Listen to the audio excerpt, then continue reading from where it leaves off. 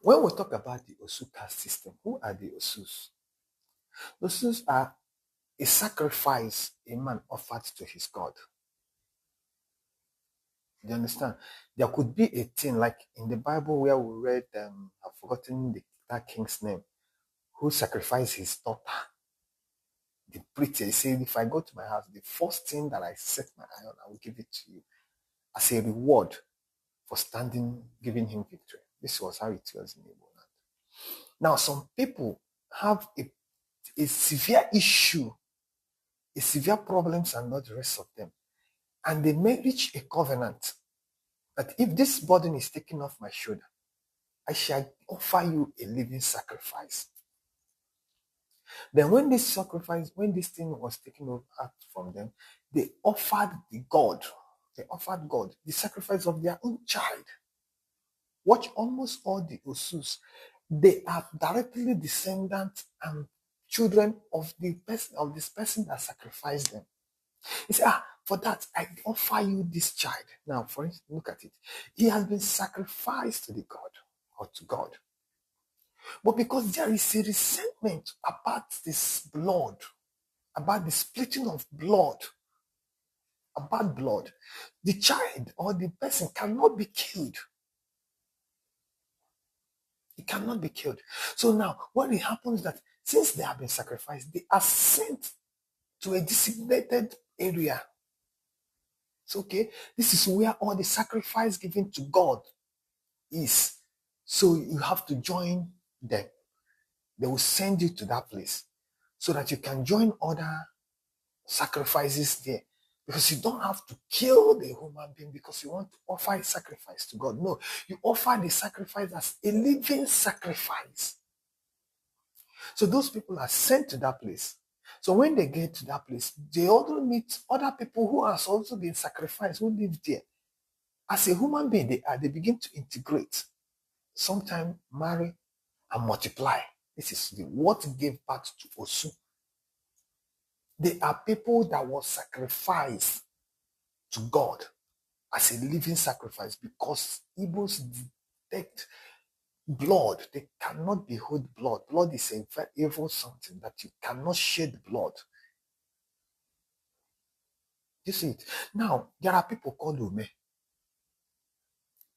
The Umes are the people children that came through evil, abominable means, like a cousin brother sleeping with his cousin sister, or brother sleeping with his sister, and not the rest of them. So the fruit of that seed, of that evil, or that abomination is Jume. So they are kept in a particular designated area. In many societies, they would have been killed. But because Igbos do not lay their hands on blood,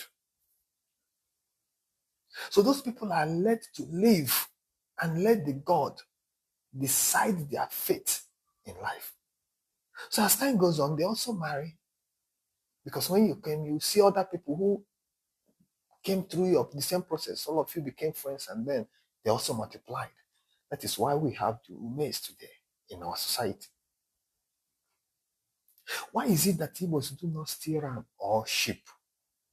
Why? Because it is believed that most of the rams and sheep were things that was used as a living sacrifice. Because when you use a goat or a ram to make a sacrifice or to make things, you don't kill it. Killing it is an evil. It's abomination. Because it's a blood of an innocent animal that has done nothing wrong to you. So laying your hand on that evil is abomination. And today, many people, when they kill those things, they eat it. They have destroyed their spirit, man. They are dead already. When you eat those things that have been sacrificed to a God, you already destroyed yourself. So those animals are not to be killed. When they are finished sacrificing them or using them for whatever, they let them go. I know you must have come across those are some of them that have read this thing on their leg or in their body. They let them go. Let the fates decide their destiny. This was the pure Igbo system. Pure Igbo system. Now, when you come to, you see Ikenga, you see idols and all those craft somethings. Today people are worshiping them. Those things did not and does not depict you to worship. They are only used as a message because in the ancient time, one of the ways of communication is through act, craft. And this will be the sign language, which is still a craft. The same sign language is a craft. So when you look at all those things, this place, it can be, okay, the owner of this altar was founded by a woman. Like for instance, if you look at Newi today, you see that they have a place where where the Nedo is. Who is Ned according to my research? They say that is the pre-originate of Newi people. Now some people has resulted in worshiping her as a god, but she was a human being, a woman. She's not meant to be worshipped. Her status there does not mean that you should worship her. But it's a message that has been passed on to you that this community, this place was begotten of this woman. But today people have turned to worshiping her, making her a god, or making a god out of her. So when you look at those things, all those crafts, they are not representing God. And they do not mean you should worship them. Those things was kept there as a message because we lack the message. That craft is to tell you that in this place, this is the spirit that dwells here. This is how it looks. It's a man, it's a girl. Like for instance, when you look at our masquerade, you see there are some masquerade that you see, they are very frightening that you cannot even behold their face. And there are the ones you will look at, they are very beautiful, like, it's a message. Like in my own community, we have a masquerade. We call it the Arungo. When you look at this masquerade, it comprises of every animal that lives in the water. Every animal that lives in the water is represented. There is the one that they call the Enyi, the big one. It has a compression of almost all the animals and some communities and some certain things built. You look at it, some news, and you begin to, it's telling you of the things that exist inside the water. It's a message. You don't begin to worship it. Like I see some people who goes to the water to worship. He said, I'm from water, for that I have to worship water. No, you don't worship water. Water is meant to be cleansed. It's a cleansing place. When you're overloaded, you go to the water and empty. That's why when you're dirty, you go to the water and wash off. It's a place that washes off dirty. Like most of us, or almost every one of us, we encounter evil every day, both evil spirit and evil human beings. We shape them, we do some interactions with them. And by the nature of communication, there is a sharing. The body is an empty place and the dwelling place of the spirit. So some spirit can enter and dwell in you. Some you get it by contact, by meeting some people, and even by people visiting you. Some people, someone can visit you, and when he's going, some spirit that you came with will not want to go with him.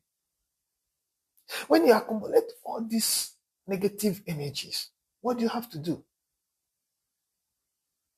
You go to the water once in a while to empty it. To empty those evil spirits, because you have to give them a home. You do not deliver a spirit out of a man and you allow it to walk on the surface of the earth to possess another person. So you go to the water to empty it so that you have a home, a permanent home. So, but some people go to the water and they want to worship the water. What they do there is that when they go there, they accumulate all the evils that people have already emptied in those waters. I may not mean that there are some waters that does not comprise evil spirits. There are some good spirits that still lives in water. But 90% of the evil spirits lives in water. That was why when Jesus delivered those people, he ordered the spirits to go into water and they entered into water. That was where they dwell. They entered into water. So water is not a place where you worship. It's a place of cleansing. You don't go to water and then you bathe. No, you go there when you are hot, when you feel like you need cleansing, you need to be bathed. You go and bathe and become clean and continue your journey again.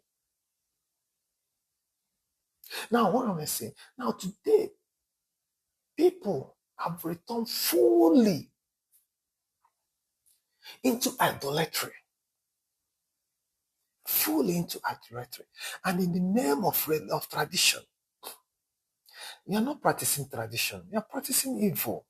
Demons, that's what you have. Demonism, that's what you are practicing. You are practicing witchcraft. You are not practicing tradition. Omenani. I will explain what Omenani is in the next edition.